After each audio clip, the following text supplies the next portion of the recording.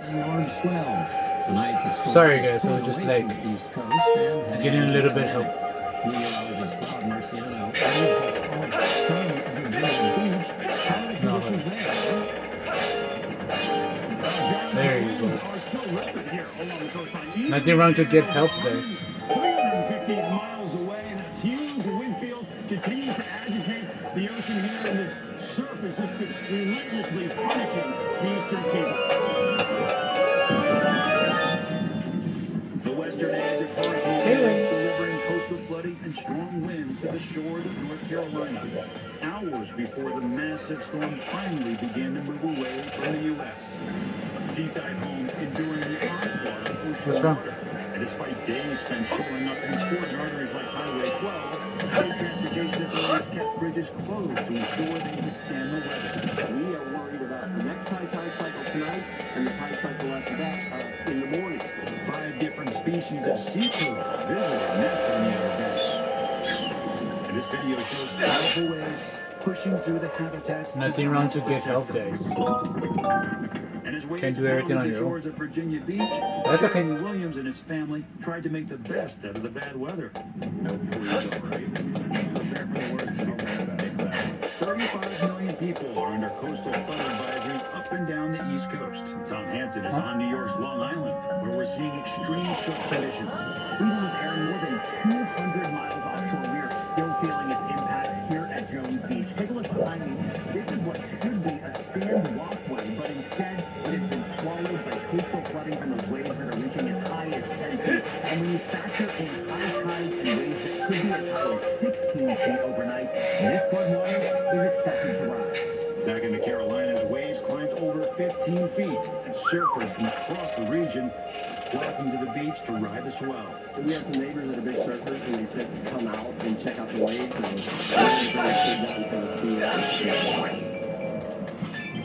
Well, we haven't seen any surfers, either in Kitty Hawk or here in Virginia Beach. I mean, these waves and these swells are just too big, and I'm told it's not That's what she fun, said. and it's dangerous. Now, there are lifeguards on duty, but not to rescue people, but to make sure that people don't even get into the water. It's so rough there, and will continue to be in the next couple of days. John? Rob Marciano, thank you. And now we turn to Lonnie Quinn, who joins us to tell us what we can expect from this storm and maybe some other weather. Okay, you Oh, betcha. So the good news to report on end. From this point forward, it's getting farther and farther out to sea. okay. We're gonna fight against the Mexican. Satellite image. And you see all those bright colors, the reds, the yellows, the oranges. When you don't see the bright color, that is the storm ingesting some dry air. And rather than load the storm, this is the weakness. Bring it on, Pirate Bro. As we push on from there. The storm is down, the waves, and that did play out. That's really verified. Some of the wave heights didn't match that big number we thought we might see, but certainly they were there for tomorrow. It's not entirely gone for the eastern seaboard. I'm talking about the northeast. I'd stay out of the water tomorrow, but look at this good news for Saturday. That's a key day. This weekend, it's good news back on the water. A lot of folks getting the last weekend in before school starts. So how about that? All right, do not talk about that other story. And here it is. It's the West Coast heat. Anyway, top to bottom, Portland, Oregon, all the way down to Lancaster, California. 100 Nope. or higher for everybody out there. Las Vegas hits 110 tomorrow. I know you folks in Vegas are used to big time heat. 110, you've been hotter this summer, but 110 for tomorrow, that breaks down record for the day. Listen, right here in the weather department. One coast scorching on the other. Thanks, so last week, residents of Washington, D.C. witnessed the accumulation of force on their streets. Federal officials and National Guard troops, local and from other states. Tonight, the commander-in-chief reviewed the troops and the truck traveling into the city to highlight his takeover of the D.C. police.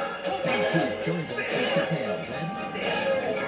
John, the president tonight thanked dozens of federal law enforcement officers working out of U.S. Park Police Already. in the Anacostia neighborhood of Washington. Oh, okay. That's closer to the part of the city that sees more violent crime than where we've seen National Guard troops deployed in recent days. So this comes as a poll shows the majority of Washington residents opposed the federal takeover. On Wednesday, the vice president was heckled for the visit his guard troops.